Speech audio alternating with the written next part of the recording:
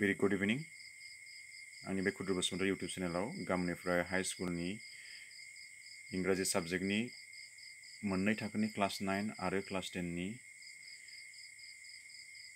Class 9 नि बिहाइभ बे टेक्सटबुकआव class 9 आनो क्लास 9 आव जि सिलेबासाव गोलैयो बेनि मोनफ्रोमबो लेसननि एक्सट्रा कुइसन आरो एन्सार खालामनानै आंनि बे चेनेलाव शेयार खालामनाय जागोन। थिग बिदिनो क्लास 10 निखौबो फार्स्ट फ्लाइट बे टेक्सटबुकआव क्लास 10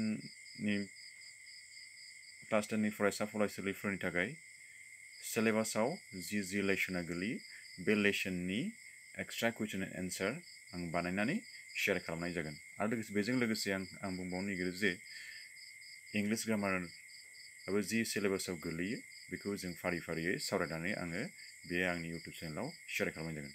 बेनिखायनो नोंथांमोना गाबोननि समखौ नेदो। आं दिनै जास्ट इनफरमेसन होननानै एसेयावनो फोजोबबाय। गोजोन्थों।